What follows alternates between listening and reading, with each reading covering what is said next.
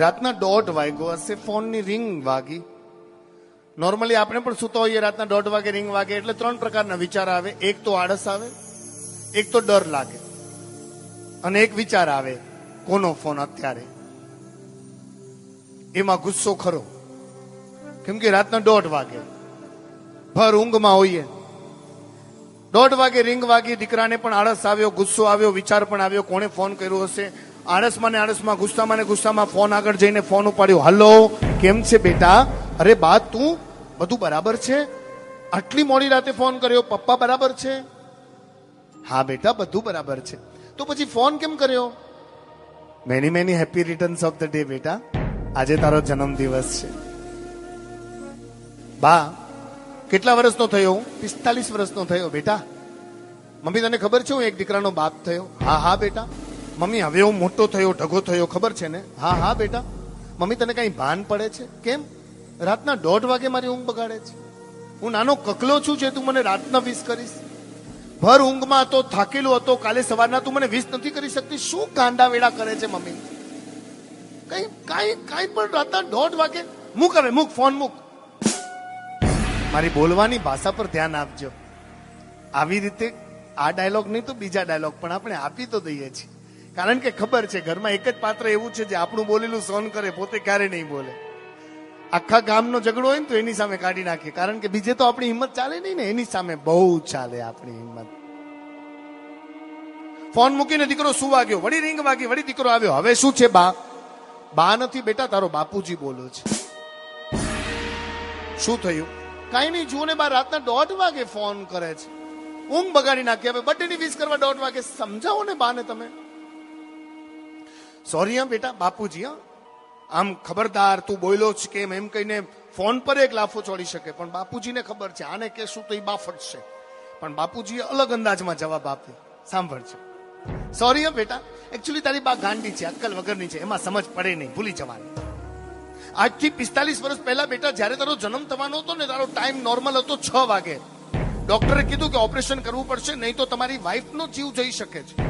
પણ તારી મમ્મી ગાંડી અક્કલ વગરની જીદ કરીને બેઠી હતી કે જન્મ આપીશ તો નોર્મલ ડિલિવરીમાં, ઓપરેશન કરાવીશ નહીં, ગમે એવી પીડા સહન કરવી પડે સહન કરીશ. 11 વાગે ડોક્ટર આવ્યો, વળી પાછી વિનંતી કરે છે, બેન મને જમવા જવું છે, જાઉં, લાવો ઓપરેશન કરી દઉં, નહીં તો જીવ અદ્ધર થઈ જશે. ડોક્ટર તમે જાઓ, મને પીડા વધારે થશે, હું તમને બોલાવીશ. ડોક્ટર ઉપર જ રે, જમવા ગયા. કેટલી વાર સમજાવું તારી મમ્મીને, ઓપરેશન કરાવી લે, મને તારી જરૂર છે, દીકરો નહીં આવે તો ચાલશે, પણ તું જઈશ તો હું નહીં રહી શકું. પણ તારી મમ્મી જીદ્દી, અક્કલ વગરની ગાંડી. એક જ વાત, નોર્મલ ડિલિવરીમાં જન્મ આપીશ. 1 વાગે પીડા ઉપડી, ડોક્ટરને બોલાવ્યા, ડોક્ટરે સિગ્નેચર લીધી મારી, જુઓ તમારી વાઈફ માનતા નથી, ઓપરેશન નથી કરાવતો, નોર્મલ ડિલિવરી કરાવું છું, કાંઈ પણ થઈ જાય જવાબદારી મારી નહીં. રડતા રડતા ગુસ્સામાં મેં સિગ્નેચર કરી. 1:30 ડોક્ટરે આવીને મને ન્યૂઝ આપ્યા કે તમારી પત્ની બરાબર છે, દીકરાનો જન્મ થયો છે.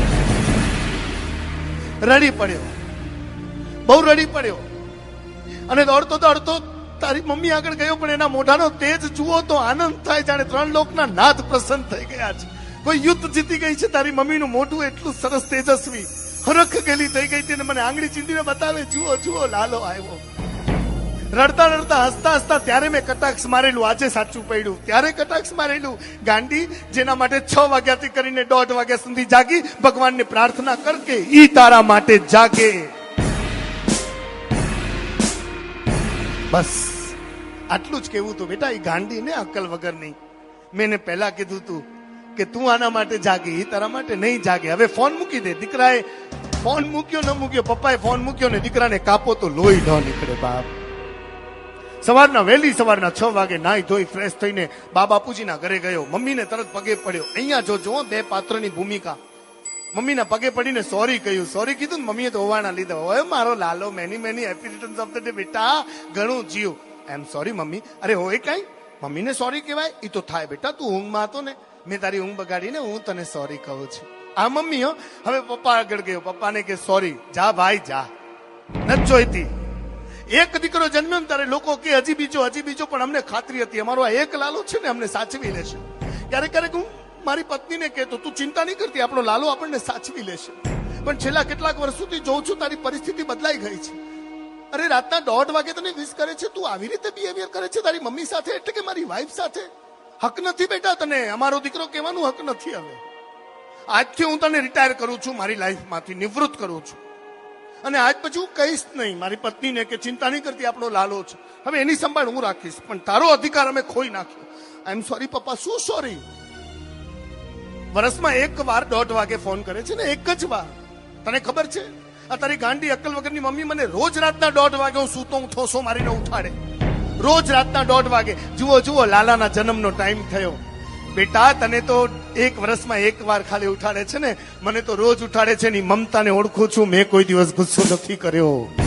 એની લાગણીને ઓળખું છું તારા પ્રત્યેની, મારા કરતા પણ વધારે ઈ તારા માટે વિચારે છે. નસીબથી આવી માં મળી છે બેટા. તારાથી અલગ રહીએ છીએ તોય તું નથી સાચવી શકતો અમને. પડે પડે વાત કરવાનું મન થાય, એમાં એક જ વખત વાત કરે છે તોય નથી ચાલતું તને.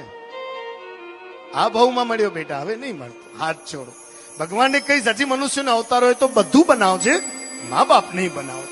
ત્યાં ઓચિંતી મમ્મી બોલી, શું બોલો છો, આપણો લાલો છે, ભૂલ થઈ જાય, એને માફ કરો ને. એટલે કવિએ કહી દીધું કે માતા અને પિતાની બંને ભૂમિકામાં માં છેલ્લે સુધી પોઝિટિવ, પપ્પાને નેગેટિવ થવું પડે છે. કારણ કે ગાલ પર હાથ ફેરવે ને એ મમ્મી, અને કાન પકડી વાડીને પ્રેમ કરે ને પપ્પા. આ દુનિયામાં પપ્પા ન હોત ને તો આપણે ખરેખર માં પર ચડીને બેસી ગયા હોત. હક છે પપ્પાને આટલો. છતાંય કવિ કહે છે, માઈ માં બીજા બધાય વગડાના વાહ. લાખો લડાવ્યા લાડ જેણે કોડથી પૂરા કર્યા. લાખો લડાવ્યા લાડ જેણે કોડ સૌ પૂરા કર્યા. એ કોડના પુરનારના કોડ પૂરવા ભૂલશો નહીં.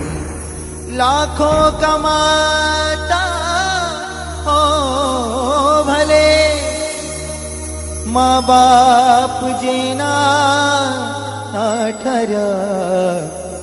એ લાખ નહીં પણ રાખ છે, એ માનવું ભૂલશો નહીં. મા બાપને ભૂલશો નહીં.